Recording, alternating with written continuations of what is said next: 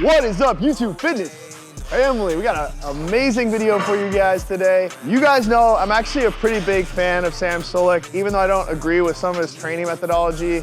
He trains hard as shit. He is 100% real with you, and he's not really prescribing other people to train like he does. He's like, dude, this is my journey. But I'm gonna try Sam Sulek's leg day. I'm gonna give him a few pointers on how maybe I would do it differently, but I wanna try it first, because I feel like, first of all, it's fun to get a novel stimulus, something I'm not quite used to. And then secondarily, I think it's always good to try something before you critique it, because if you just are like, oh, sitting at a desk, like, man, like this is way better, man. It's kind of just like, it's kind of, right? So I want to make sure I try it and do a couple sets, and then I might take the last 2 sets of it and do it like maybe how I would do it to get a little bit more mind muscle connection, more hypertrophic activity, and more growth. So without further ado, let's get this workout. Sam obviously takes a lot of his reps pretty close to failure. So I'm gonna put on a weight here that's like pretty manageable for me. And he's very explosive. And the other thing he's very upright on these. So instead of leaning over, he's really upright. So I just wanna try his form first.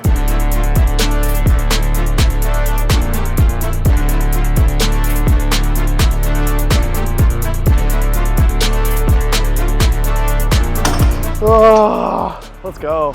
It's just fun, dude. I feel like I'm fucking 20 again, dude. Whew, first set. The activation's kind of legit right off the bat. Aerobically, tough too. Like, I'm trying to emulate really how he trains in terms of just like fucking balls out, let's go. Kind of fun though. But yeah, we're gonna do one more set like that, and then I'm gonna do 1 to 2 sets explaining how I would probably make a few tweaks.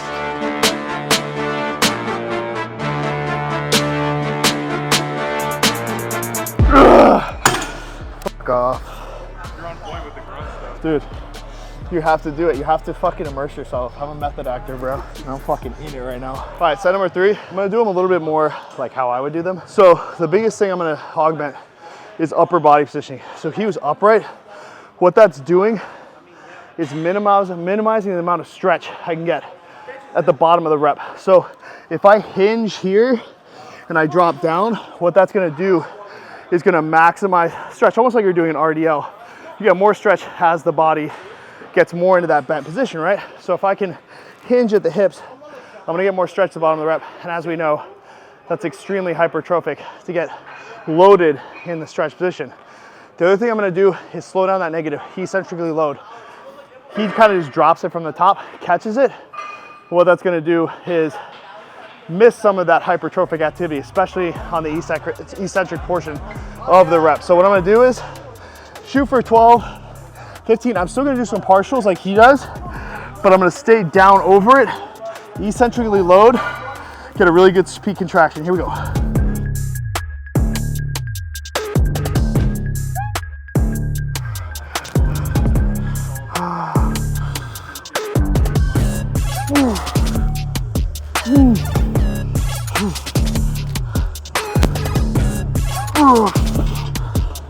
So obviously my set time is longer, even though I'm doing just about the same amount of reps, because I'm increasing the time under tension that my body's experiencing and that load, especially in the hamstrings. The other thing we're doing here is pre-exhausting. So one thing I love about Sam is he does pre-exhaust with very safe movements like this before getting into his compounds. So we start to fatigue the tissue and get it all nice and warmed up before we get into something, let's say like a leg press or a squat. So that one, I already feel so much more firing in my hamstrings.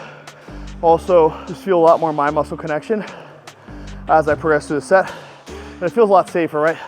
Because I'm not deloading and reloading it in that stretch position where you're most likely to get injured. I'm letting it down slowly into that maximally stretched position and then driving out. So just a few pointers, but as you can see, I'm not training less hard.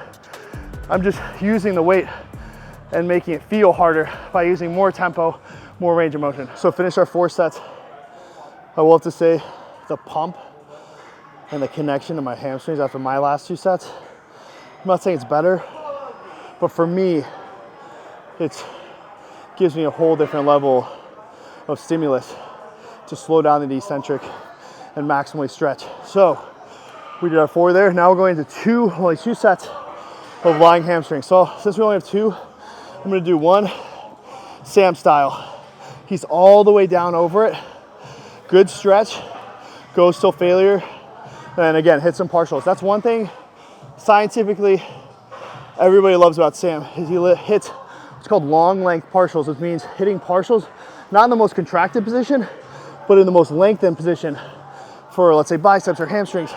That would be when the leg is almost straight or the arm's almost straight. So he goes from here to here, and hitting those long length partials, it's extremely hypertrophic. So I'm gonna do one set, explosive. Sam Sulek, let's fucking run it. Then we'll hit maybe a few form tweaks to get a little bit more how I would hit it. All right, Sam Sulek style, let's fucking go.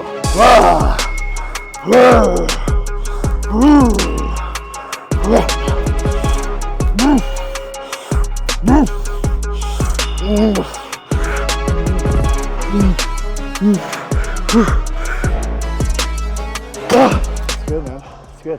That looks so ridiculous. Dude, it felt as ridiculous as it looked. Like I said, it's not the way I would normally train, but I don't think, like I said, it's fair to sit at my desk and create analysis if I don't really feel a stimulus. And the stimulus is fucking there. I'm pushing a fucking failure. Do I feel the injury risk is higher? Yes. Do I feel like my mind muscle connection is lower? Yes. So will you grow training like this? Absolutely. But you gotta think about that stimulus fatigue ratio, because right now, like, the fatigue's already setting in just from like the aerobic tax, not really being as controlled, using a lot of like core arms to make sure I can get the weight to where I want to. Now, I'm gonna drop the weight slightly here, give myself another 30 seconds of rest. The form cues, I'm gonna differ with my set. More focus on the stretch. I'm gonna pause in that lengthened position, drive up, same thing. Eccentrically load up those hamstrings. Slight soft pause, so I'm not resting on the rack. Soft pause, digging out, squeeze, slow on the eccentric. And this is allowing me to use 20 less pounds. Same thing with my standing. I actually went down 20 pounds for my more controlled sets and got even more stimulus.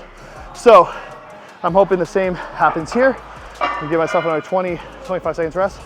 We'll get into it. So still shooting for failure here. I'm just gonna go for 4 to 6 second eccentric, 1 second pause on the stretch position, drive through.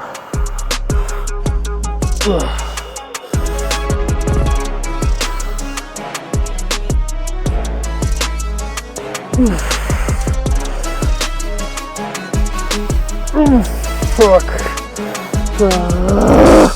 Come on. One more full. Right up partials. Still controlled.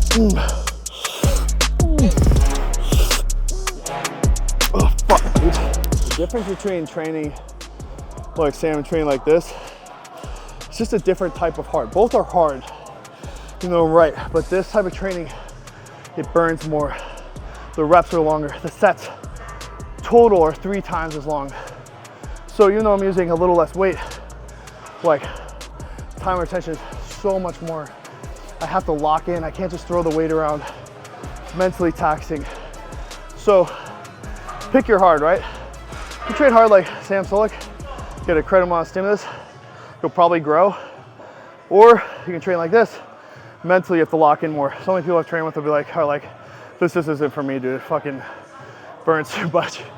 The sets are too long and arduous. So maybe find a middle ground. Maybe it's not like that, the way I do it, which is kind of maniacal, but also maybe don't do it 100% like Sam, where it's just more explosive and maybe a little higher injury risk. So Sam's fucking favorite. We're gonna hit some single leg quad extensions.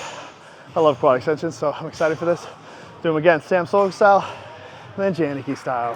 All right, so I just watched the clip. So Sam's machine has a kind of a cool thing where the actual apparatus where the basically strap wraps around is almost like an oval, so it makes it a little lighter at the top. This one is strictly cable on a hinge, so it's gonna be pretty much give you equal amounts of force throughout the course of the rep. But what he did was 5 reps with the right leg, 5 reps with the left leg, 5 reps with the right, left, basically till failure. So I picked like a pretty moderate weight to try this out. He's very much so, kind of leans into that side, which I like a lot, where he's hitting it. So Let's just try that. Bang, bang, bang. 5, 5, 5.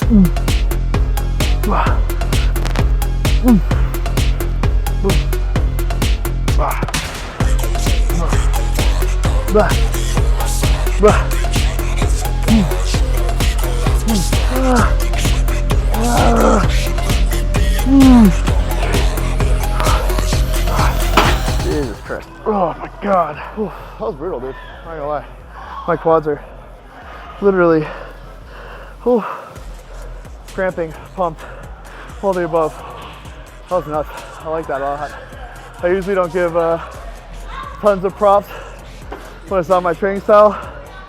That shit slapped. It's a lot of volume. But one thing I'll say about Sam is he doesn't go crazy with the amount of exercises. This is our 3rd of 4 exercises. We're not trying to do like 8 exercises with this much model volume. We're probably hitting failure sets, maybe like 5 to 8 during the whole workout, which I don't think is an absurd amount. So this workout, we're only, what, Phil, like 30 minutes in? So I'm in my 3rd of 4 exercises. I don't know, I'm gonna look and see how many of these fucking hell sets we have left with the 5 and 5. And then finish out the leg press. So yeah, we're home stretch already. And it fucking feels crazy good. So this is why the kid's growing, dude. It's not just all bullshit. There's a lot of stimulus being presented, and he's getting really close to failure. He's pushing a shit ton of volume intra-set, not volume for the whole workout. So definitely worth trying it out. All right, second set, looks like he did 3. I just watched the video. Second set, he went pretty, I don't know if it was a substantial jump, but he did go up in weight. And I think the first one, he did like maybe 4 to 5 sets each leg of 5. I think I did way more than that. And then the second one, he looked like he only did like 2 sets each leg of 5 before he started going partial. So I'm gonna bump the weight up a pretty good amount. Oh yeah, pretty good amount? You're literally so full of shit. Go in the office, jerk Brad off or something.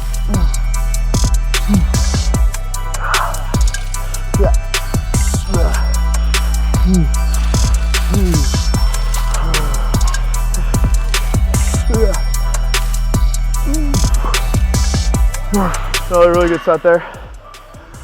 Super big pump. I'll stand up and show you guys. These are double or triple XL basketball shorts. I can't remember, but they're definitely getting filled out to their max cap. Tired of generic fitness plans that never get you results?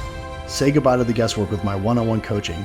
It offers personalized strategies for maximum results and sustainability. Ready to elevate your physique? Fill out an application today. Link in the description. Biggest things are always going to be for me focusing a little more mind-muscle connection.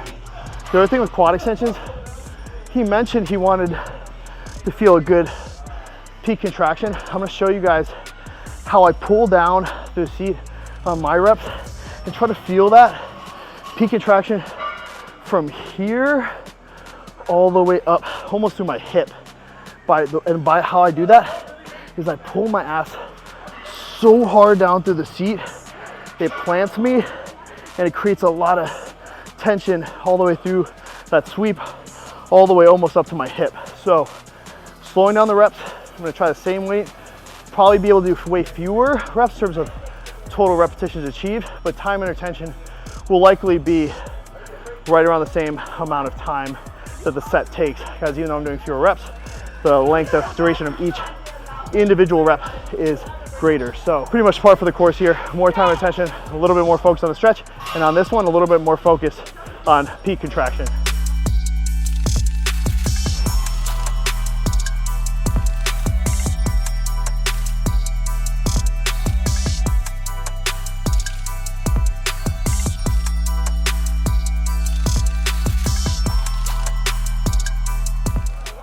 Okay, so we don't have, his next exercise was a horizontal leg press, kind of like almost on a pendulum, but we don't have that. So to try to emulate it as closely as possible, I put the back plate on this leg press, like normal leg press, as high as possible to kind of make it so it's as synonymous as possible. So he did 5 plates, put 5 plates on there, and his form was very much so dunk it in, drive out, dunk in, drive out, more quad focused, my understanding. So I'll probably go a little lower foot placement. And then I will show Sam how I do my Janicki leg presses after this, but I want to feel how these are a little different from what I do. So a little bit more narrow with the stance, and he lets it kind of come right into his body. So a little bit more explosive. All right, here we go. I can't accept the loss, I'm hard-headed. There's a little bit of madness to my method. Many falling off that fine line that I'm treading. I risk anything to be great, and I'm not letting nobody rob me of my victory. Number one, that's what I'm meant to be. Ooh, I think I was like 47 or something. Ooh. Obviously for me, how strong my legs are, doing things with that little tempo doesn't really make any sense for me. Probably have to do like 80 reps. And if I went heavy, like 10 plates, that amount of force that I'm deloading and catching bottom of my rep, while it'll be fun for the video, very, very unsafe for my joints. Obviously, I have bodybuilding shows coming up, and I just need to be mindful. Even though it'll be fun to show, I could do probably 20 reps fast like that with 10 plates, just dunking on myself. It's not worth the risk. So I'm gonna show Sam how I would augment his leg press form to use more range of motion, open up the hips more, get more glute drive, and actually help him improve his strength on his compounds, like his narrow stance Smith machine squats he loves to do, other quad focused exercises that he enjoys. So there's really no downside to the form I'm going to show him, other than it's just fucking, it's way harder and you got to leave your ego at the door. All right, Sam, here's how I would do those same leg presses. The biggest things I want to do, what I saw is your lower back almost like slightly comes off the pad. What I want to do is make sure, number one, that's completely planted, and that's going to be the safest for us. So the way we're going to do that is eccentrically load into the most stretched position very safely. And that's going to allow us to keep that tension in the glutes, adductors, and quads, and out of the lower back. Second thing we want to do is really milk that stretch position. So instead of exploding out of it, I really want to feel like I'm really sitting into that stretch position and getting comfortable there and really opening up through the glutes and adductors. So one thing I've noticed about Sam's physique is that he's got very good quads, but he's lacking a little on the inner. And I think because he's so focused on these tight reps, whether it be the super narrow Smith machine squat or narrow leg press.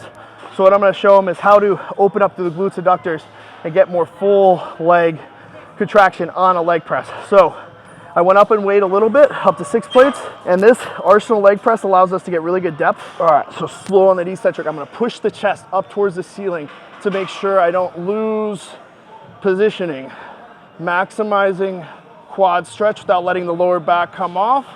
So I have so much tension loaded in my quads right now, and then drive out. So slow eccentric load, chest pushes up to the ceiling, arch in the back. Make sure those feet are completely connected to the foot plate so I don't want my heels coming off. And up. So this is mobility that I built over time. This is not overnight mobility. This is very, very methodical work on the leg press to make sure that that basically lengthened position, that stretch position, feels very comfortable for me. I could sit down here with 6 plates for probably without, it's not touching down. I still have tension. It's not touching the guides at all. I could sit down here for probably 4 to 5 minutes comfortably before I had to get out of it or had to have somebody help me out of it more realistically. But this doesn't feel uncomfortable in my lower back at all. My glutes are very opened up. Pause and drive through. Whew. So I'm not saying you have to go that slow, but this is the tempo I'd recommend. 2, 3, 4, stretch out.